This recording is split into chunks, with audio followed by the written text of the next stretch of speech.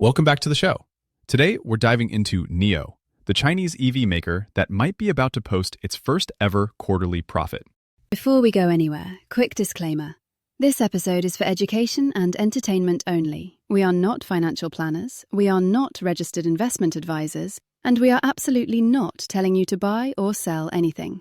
Please do your own research and talk to a licensed professional before making investment decisions. Yeah, think of this as two friends talking through the numbers so you can ask better questions later, not a buy signal. Exactly. So, NIO's 2025, it was busy. They delivered about 326,000 vehicles for the full year. That's a record for them, and it's roughly a 47% increase versus the year before. And that momentum didn't just stop on New Year's Eve. In Q4 2025 alone, they pushed out around 124,800 vehicles. That's basically them maxing out the top end of their own guidance. Then, February 2026 hits, and they deliver 20,797 cars, up about 58% year over year. For anyone new to this, more cars out the door generally means more revenue. NIO's Q3 2025 revenue was about 21.8 billion yuan, which is just over $3 billion. Analysts expect full-year revenue to jump from roughly 65.7 billion yuan to about 87.8 billion yuan, then up again to almost 130 billion the year after. So picture a ladder. 2024's on a lower rung, 2025's higher, and by 2027, analysts are basically saying, we think this thing could more than double versus 2024. That's the revenue story.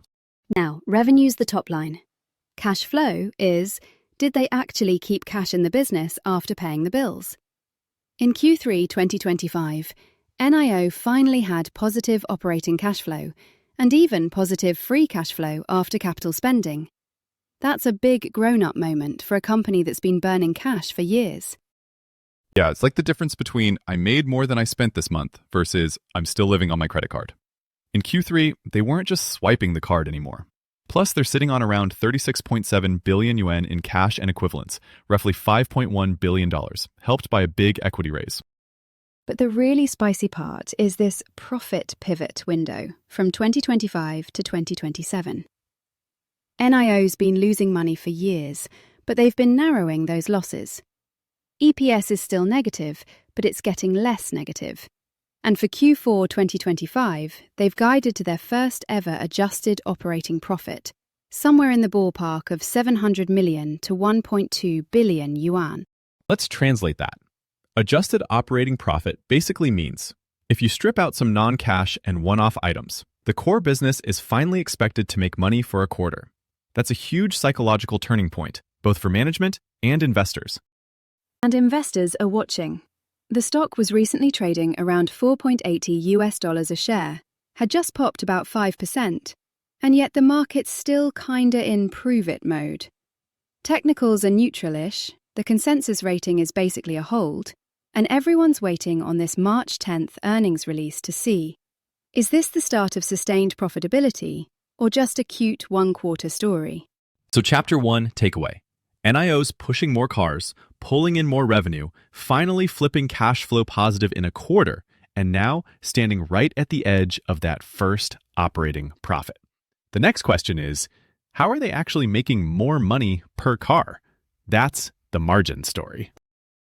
All right, let's talk margins, because this is where NIO's story turns from growth into maybe durable profits.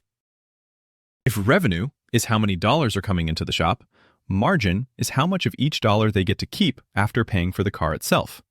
So when we say vehicle margin, we're asking, out of a $100 sale, is NIO keeping $10, 15, 20? In Q2 2025, NIO's vehicle margin was about 10.3%. By Q3, it had climbed to 14.7%.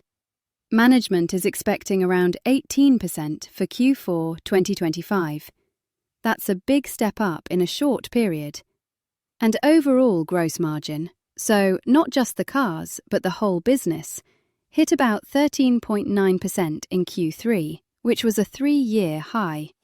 That move from 10%-ish to the high teens might not sound dramatic, but that's like going from making $10 per hundred of sales to almost 20.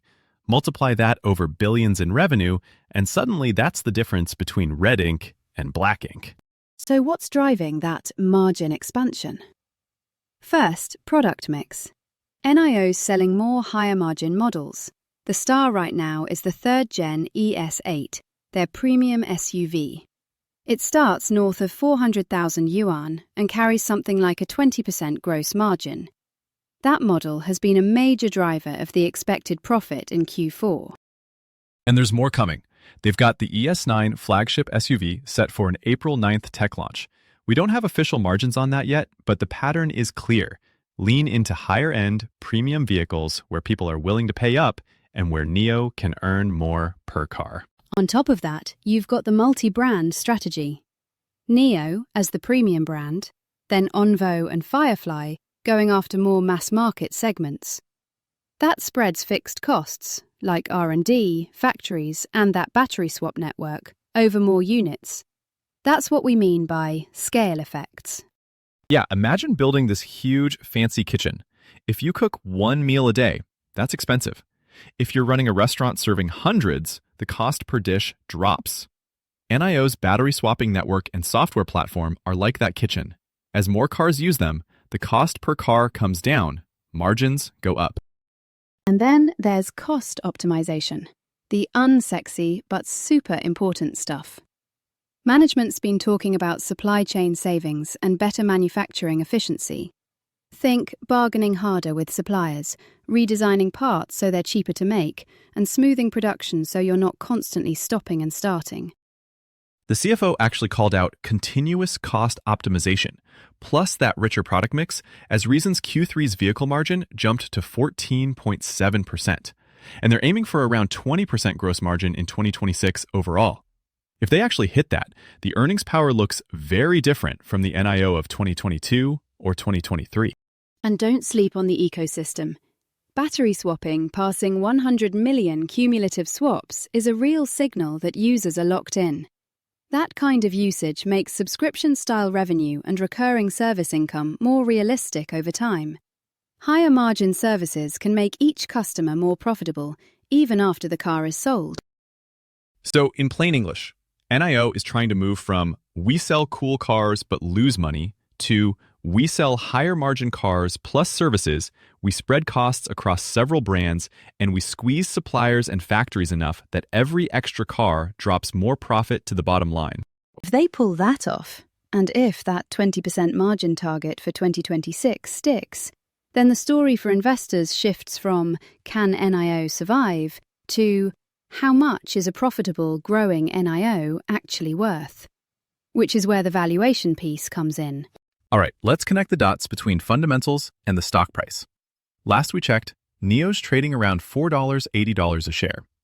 What are you actually paying for? Right now, NIO trades at less than 1 times its projected 2025 sales. So, if the market thinks they'll do, roughly, X dollars in revenue next year, the whole company is worth less than that X.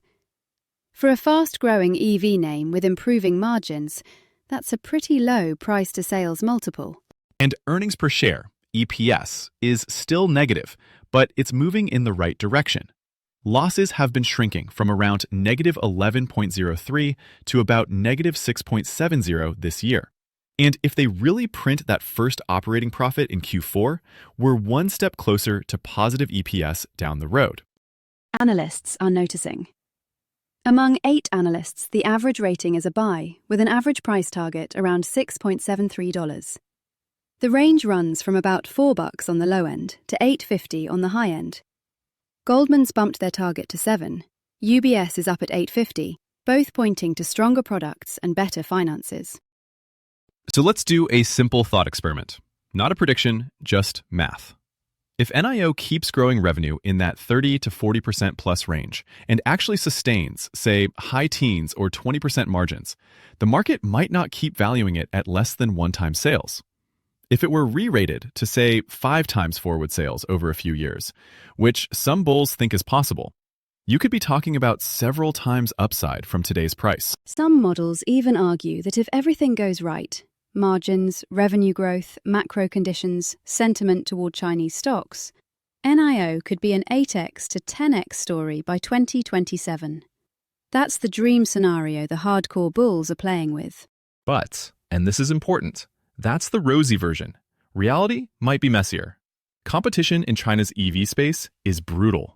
BYD's moving millions of cars. Li Auto's already profitable. XPeng's struggling on volumes but pushing heavily into international markets and tech partnerships. You've also got policy risk. China's EV purchase tax is rising to 5% in 2026. NIO thinks the impact will be limited for some higher-end buyers using battery as a service, but it still adds friction.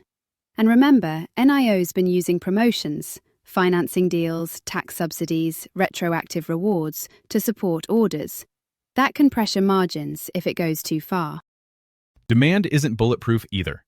Onvo, their sub-brand, hit record low deliveries in February, and even the ES8, as hot as it is, saw wait times fall from 13 to 14 weeks down to 4 to 5 weeks. That may mean supply improved, but it can also hint that demand is cooling a bit. Then there's geopolitics. US tariffs on Chinese EVs are still sky high, and while Canada has eased a bit for a quota of vehicles, the global trade picture is noisy. In Europe, NIO's restructuring, and in places like Sweden, they didn't register a single car in February. So international expansion isn't a straight line. So here's how I'd frame it for a newer investor. NIO today is a prove-it stock at a beaten-down valuation.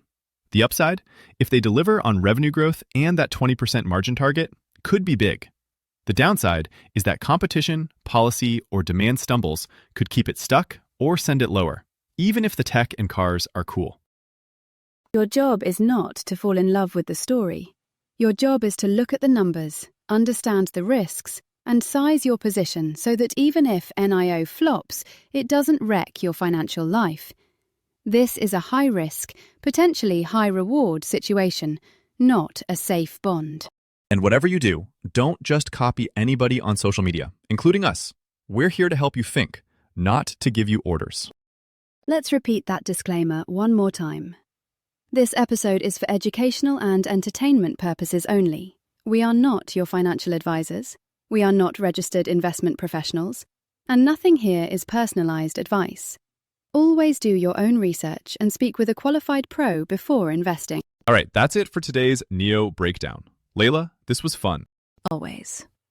If you liked this, stick around. We'll keep unpacking more names, more numbers, and more stories in future episodes. Take care, everyone. Bye, loves.